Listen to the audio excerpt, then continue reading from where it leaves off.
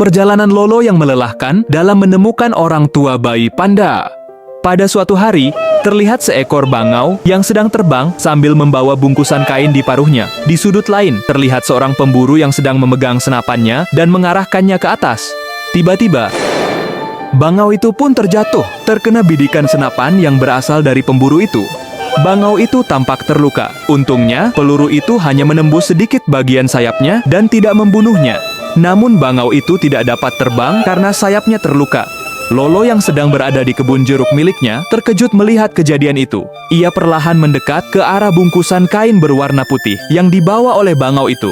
Lolo pun terkejut saat melihat isi dari kain berwarna putih itu adalah seekor bayi panda. Bangau itu pun meminta pertolongan Lolo untuk mengantarkan bayi panda ini kepada orang tuanya. Lolo membaca secarik kertas di dalam kain yang berisi petunjuk di mana alamat orang tua bayi panda. Perjalanan Lolo pun dimulai. Ia menggunakan rakit kayu miliknya dan mulai menyusuri sungai di dekat rumahnya.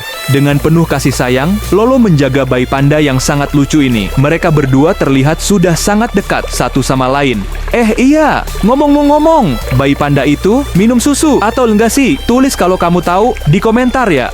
Tiba-tiba, arus sungai mulai menjadi liar. Aliran sungai itu menuju ke air terjun. Lolo dan bayi panda itu pun terjatuh ke dalam derasnya aliran dari air terjun. Beberapa saat kemudian, Lolo terlihat terduduk dengan rakit kayu miliknya yang terlihat sudah hancur lebur. Lolo memutuskan untuk melanjutkan perjalanan dengan berjalan kaki. Tanpa henti dan pantang menyerah, Lolo terus berjalan, melewati hutan rimbun dan menyeberangi jurang tinggi sampai berjalan di batang pohon sebagai jembatan. Lolo terkejut saat melihat di sekelilingnya berjajar batuan tembok yang memanjang. Lolo sudah sampai di tembok besar Cina. Ia melanjutkan perjalanan melewati hutan bambu. Ini menandakan bahwa orang tua bayi panda berada di dalam sana. Sedikit lagi Lolo, ayo semangat.